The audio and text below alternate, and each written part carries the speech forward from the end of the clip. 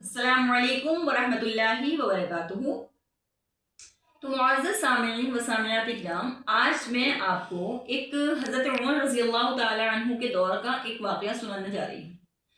حضرت عمر رضی اللہ تعالی عنہ جب دور خلافت کے زمانے میں تھے اپنے، تو وہ کیا کرتے تھے کہ دن میں تو سب کام کرتے ہی تھے، بٹ رات کو جا کر اپنی رعایا کا احوال دیکھتے تھے کہ کیا کر رہے ہیں کیا نہیں سب، اور کس کی کیا حال ہے، کیا چل رہا ہے شہر میں، کیا نہیں چل رہا ہے۔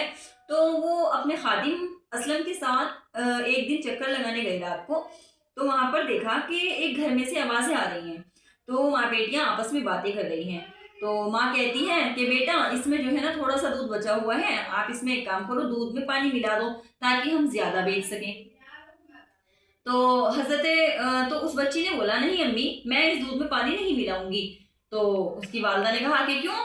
تو وہ کہنے لگے کہ کیا آپ کو نہیں معلوم حضرت عمر رضی اللہ تعالی عنہ جو اس وقت کے امیر المؤمنین ہیں، انہوں نے ان امانتوں میں خیانت کرنے سے منع فرمایا ہوا ہے۔ تو اس کی ماں نے بولا کہیں یہاں پر حضرت امیر المؤمنین موجود تو نہیں ہے، تو تم کس بات سے ڈر رہی ہو؟ تو اس بچی نے جواب دیا کہ امی جان میں اللہ سے ڈر رہی ہوں، اگر ہمیں حضرت عمر رضی اللہ تعالیٰ عنہ نہیں دیکھ رہے ہیں تو کم سے کم ہمیں اللہ تعالیٰ تو ہر وقت دیکھ رہا ہے۔ تو اس کی بات سن کر حضرت عمر رضی اللہ تعالیٰ عنہ نے فرمایا اپنے خادم سے کہ اسلم ایک کام کرو، آپ اس گھر پر نشان لگاؤ اور صبح میں ان دونوں کو میرے پاس پیش کر دینا۔ تو جب حضرت اسلم نے صبح میں ان دونوں کو پیش کیا تو انہوں نے دوبارہ سے بولا کہ اپنا واقعہ رات والا سناؤ۔ تو جو اس کی والدہ نے کہا اس بچی نے بتایا، اور جو اس نے کہا وہ بھی سچ سچ بتایا۔ تو حضرت عمر رضی اللہ تعالیٰ عنہ کو اس بچی کی یہ ادا اتنی پسند آئی کہ انہوں نے اپنے بیٹے کا نکاح اس بچی سے کر ڈالا، اور وہ بہت خوش ہوئے اس چیز سے کہ ہاں کم سے کم ان کے اندر اتنا زیادہ ایمان زندہ ہے۔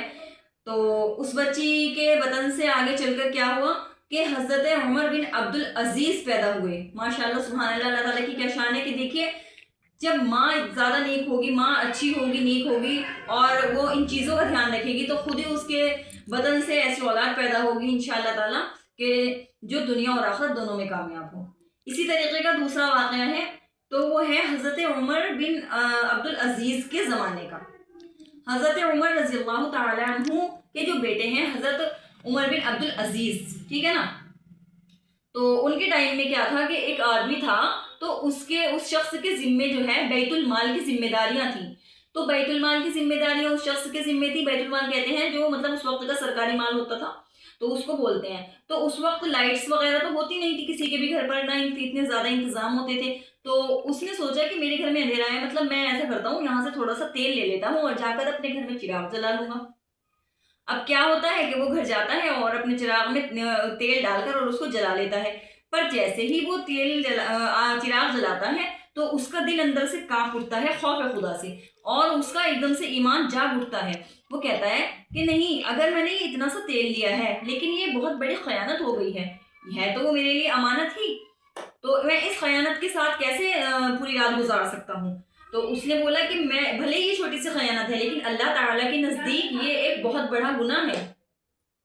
تو اس نے کیا کیا، اس نے فوراً اپنا چراغ بجھا دیا، اور چراغ بجھانے کے بعد اس نے اللہ تبارک و تعالیٰ سے توبہ کی اور جا کر صبح میں وہ تیل واپس لوٹا دیا، اور تیل لوٹانے کے بعد اللہ تعالیٰ کا شکر ادا کیا اور کہا کہ میں اپنے ایمان کو کمزور نہیں کر سکتا کسی بھی چھوٹی موٹی امانت میں خیانت کرنے سے۔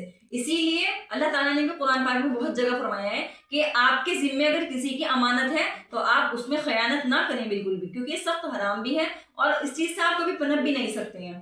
تو آخر میں یہی دعا کرتی ہوں کہ اللہ تبارک و تعالیٰ مجھے بیان کرنے سے زیادہ، کہنے اور سننے سے زیادہ عمل کرنے کی توفیق عطا فرمائے۔ وآخر دعوانا ان الحمد للہ رب العالمین۔